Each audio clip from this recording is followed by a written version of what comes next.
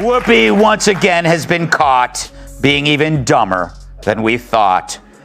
Watch as she claims blacks in America have it worse than women in Iran. Roll it, Phyllis.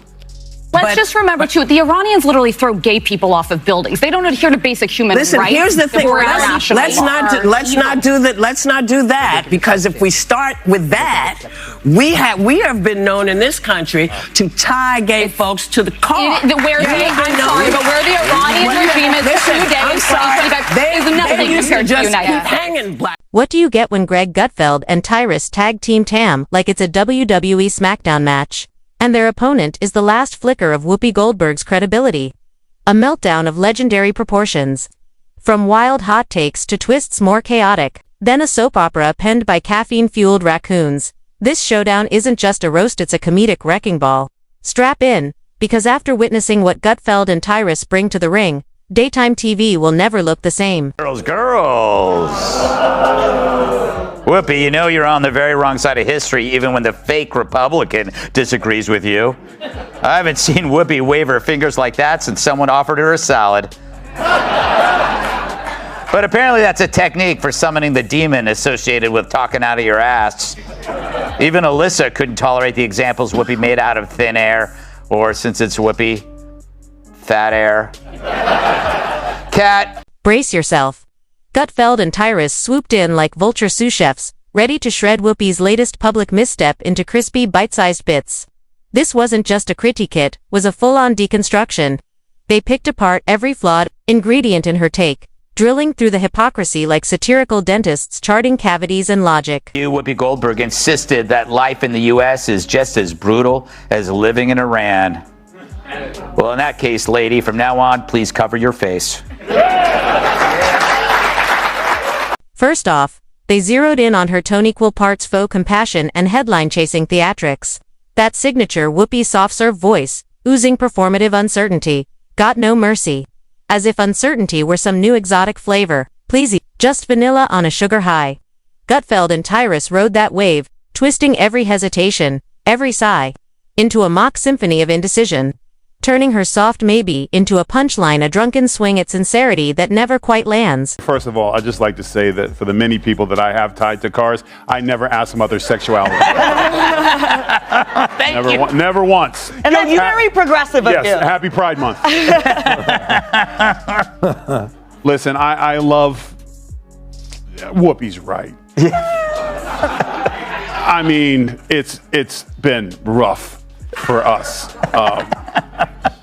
I mean, you saw what just happened to me in the last segment. I'm trying to talk, and all the white people are like, it's Tyrus, I can make a phone call. You know?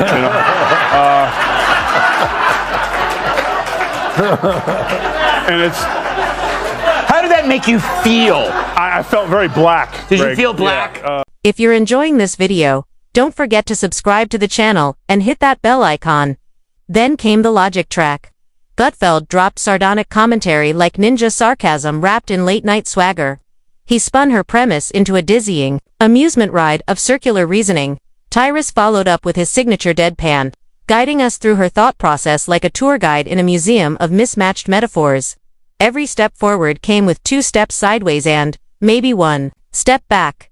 It was turgid, tangled, and gloriously dissected. He gets the game ball. If it wasn't for her, if it wasn't for her asking that question, it might have been a closer election. But when oh no, nothing really comes to mind, I was like, cha-ching.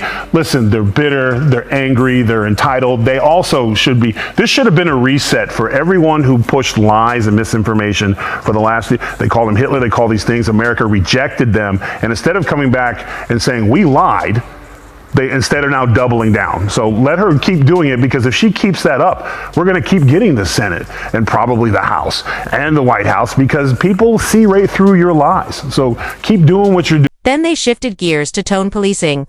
Gutfeld nailed her measured, serious delivery with laser-cut precision, making it sound like she was narrating an IKEA manual for emotional guidance. Tyrus followed with a mock-serious recap. So let me get this straighter, so deeply concerned. It loops right back to I'm not sure. That's deep. Like a kiddie pool. Sarcasm, ice cold, served at DMV speed. They zeroed in on the classic, I'm speaking as someone concerned, trope and turned it into a catchphrase-worthy moment. Gutfeld dropped the line like a meme-ready gem. Concerned or concerned, Tyrus followed up. It's like your phone's at 2%, but instead of admitting it, you pretend you're zen. You're not calm, you're just searching for a charger. Mic drop. No debate, just demolition. But they didn't stop at mocking the narrative, they traced its echo chamber roots. Her statements bounced off social media walls, returning louder and more self-righteous, like a misplaced tweet pumped through a megaphone. Gutfeld quipped, "You can smell the carbon footprint of that echo from here." And Tyrus sealed it. "It's like wearing the same sock twice. Still stinks. Still shocking anyone's airing it out loud." Double quotes. Next up, inconsistency. She supposedly lamented this, then quietly pivoted to that, leaving behind a breadcrumb trail of contradiction. Gutfeld served it up like a plate-spinning act gone sideways. She's juggling guilt, empathy, and outrage. Something's bound to drop. Did you feel black? Yeah, it's worth, Tyrus. Malice just started snapping By the way, his fingers for thank you. God black people don't do that in audiences. Yes, yeah. No, we just talk the whole time and tell you how to do your show better. Oh, that's what I get paid to do.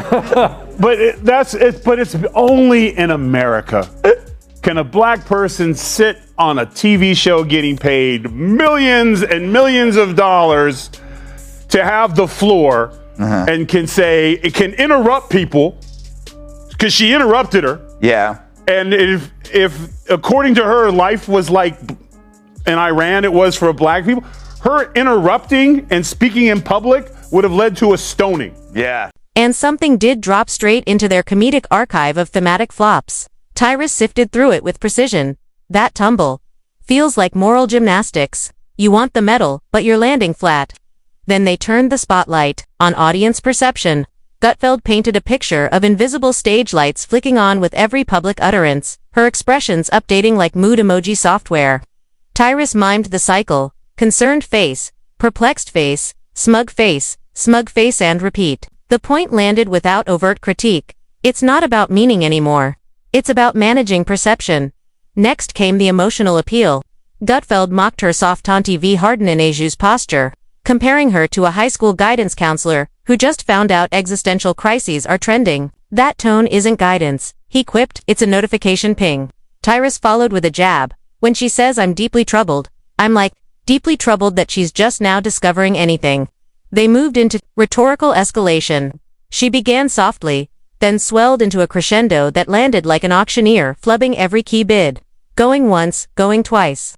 Total meltdown. Gutfeld delivered it in his signature slow burn. Congratulations, you've just reserved a meltdown. Tyrus added, no reserve price though. If you're gonna demand attention, at least throw a pillow. This is drama with zero comfort. The View. It's become like a medical hospital that displays human misfailure. Like it's like here, let's look at this political oddity. You know, it's like it really is like the left-wing equivalent of a carnival sideshow, except instead of bearded ladies and fat clowns and two-headed cows. Well, let me rephrase that. But The View is a victim of... Next came the metaphor takedown. She compared something vague to something big and scary and they pounced. Sure, Gutfeld smirked. It's like comparing ants to hurricanes. Totally valid. If your world is a picnic. Tyrus followed up with imagery sharper than any direct quote. Throw a giant magnifying glass over an ant, and suddenly every nuance is napalm. No lines lifted, just ruthless visuals. Mid-script, they shifted gears into rapid-fire rhythm. Gutfeld dropped precision one-liners like punches. Here's Whoopi walking a tightrope over context. In clown shoes, bam, oh look, you stumbled again. Oh wait, that was just your point. Kapow! Tyrus echoed the beat. We're not on the edge, you are. The edge of coherence. Then came the friendly ridicule segment. They rolled out a kind of public figure wish list, if only she'd pick a take and stick with it. Cue the virtual tumbleweed. The jab wasn't meant, it just highlighted the disjointed delivery. Tyrus added the closer. She left consistency at home, right next to her backup plan. They even shifted tone midway through, attempting a let's be real moment, but they didn't let it linger. Gutfeld cut it short. Let's be real, people pivoting like this in public are like someone editing a tweet while it's still live.